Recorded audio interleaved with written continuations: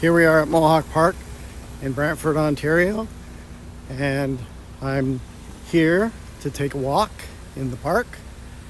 It is a very beautiful spot in Brantford, and it goes right down to the river, which we're going to walk down to. And it's one of the ways that I get my exercise. And since I have a disease called fibromyalgia, which affects my nervous system, I need to get exercise. And anybody that knows about fibromyalgia or chronic pain would understand what a person goes through on a daily basis. But like anything, if you sit and do nothing, the old expression is, if you snooze it, you lose it. So even though it's tough some days to get up and move around, you just have to bite the bullet and do what you need to do, because it's healthy for you.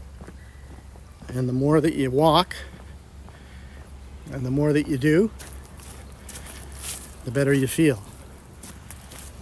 But like I say, usually the next day it can affect you and you can be pretty sore. So I go out for different walks, and now that I'm retired, I had to leave work, so now I'm retired. I've been retired since last June, and each day I have a task or two to do, usually small things, things like dusting the house or fixing some little thing around the house. And even though it hurts to work with tools, I have to keep moving. So that's all I can say about that.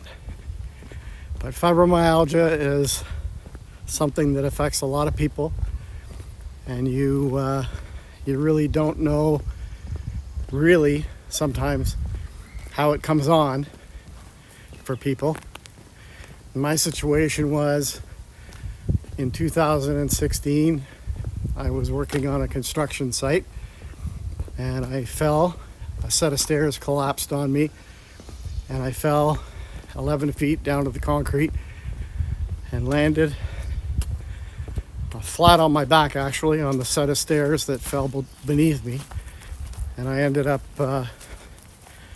breaking my foot and my toe, and I had bruises all over the back of my body and my arms and so on. Anyhow, now we're down at a really nice spot down by the river. And one of the great things about Brantford and any of the small communities along the Grand River is the view. So you can see the beautiful view. This river goes for, I think, all the way to Kitchener, Ontario and back. And it's used in the summer for boating and all kinds of other different activities. People fish in here as well.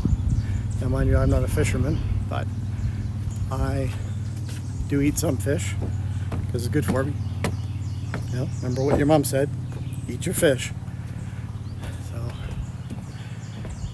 anyhow, we got lots of trails that come through here, as you can see. I'm not going to go down that particular trail because it'll probably wear me out. But anyhow, getting back to fibromyalgia. Different foods can affect fibromyalgia. Dairy is a known food that can cause a lot of problems with fibromyalgia. Cheese, milk, any of those things. And it's not a lactose intolerant thing, it's just something in the milk or dairy that gives you gives you issues. I've read all kinds of stuff about the different foods. Peppers affect somebody with fibromyalgia. Red meat. Then again, red meat can affect people not only with fibromyalgia, but people in general. So I have to stay away from red meat. Once in a while, I will go and pick up a steak if it's on sale, because I love a T-bone steak. But it's a decision that down the road you have to pay for it. So, you wouldn't think that things that you eat can cause you all kinds of grief with any kind of disease, but red meat definitely affects fibromyalgia. There are medications you can take for fibromyalgia, and they help, but you need to be careful, because if you start filling yourself up with Tylenol, etc. every day, especially the more heavy-duty Tylenol 3, you can end up doing damage to your liver and other parts of your body, like your stomach. You can have problems with that. Other than that, there isn't any real limitations physically, other than the fact that fibromyalgia is known to cause fatigue in a lot of people. So you can have a day where you get up and you just basically, for me, it's my hands and my feet and my back. And I just some days feel like I just can't move. Once I get going, generally I'm not too bad. You kind of have to, with fibromyalgia, you have to pick a day, do some things, and then maybe rest for a day or two to give your body a rest, or your hands or your feet, or whatever it is that gives you the most problems. But probably the biggest issue with fibromyalgia and chronic pain in general for people is the anxiety and mood swings that it can bring. If you get up every day and you're in pain, you can tend to be a little crabby, and you can get angry at yourself, angry at the world, whatever the case may be. But you just can't make or let the disease, fibromyalgia or chronic pain, whatever the case may be, dictate how you live your life. So like I said, the doctors will give you all kinds of different medications to help you. And they do. But if you can, another dead end, if you can stay away from medications as much as humanly possible, you're better off. You just have to get up every day and understand where you're at. If like anything, it doesn't matter what problems you have in life. If you get up every day and you feel defeated, well, our life, our world will make you feel defeated. And especially right now with everything going on with the COVID-19 pandemic, has restricted where I can go and what I can do, because I have my immune system is not as good as a normal person's. So I I have to be careful where I go and what I do. Now, it's great today. I'm in the park and there's nobody around me. So I'm being able to get some exercise. And at the same time, see some nice views and have a nice chat with you people. And you know what? I debated on whether to make this video to talk about fibromyalgia, but I think people need to more understand what it is. And I mean, it can affect anybody. Generally, it affects women more than men, and I'm not quite sure why. I don't know if they know why.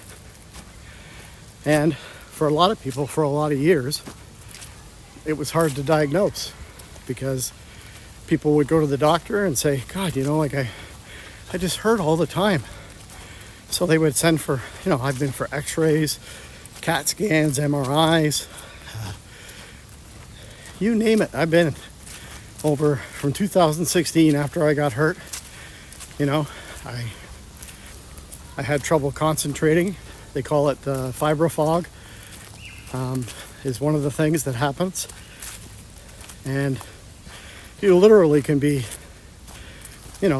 just sitting there doing something, and even at your job, and, well, here's a nice spot.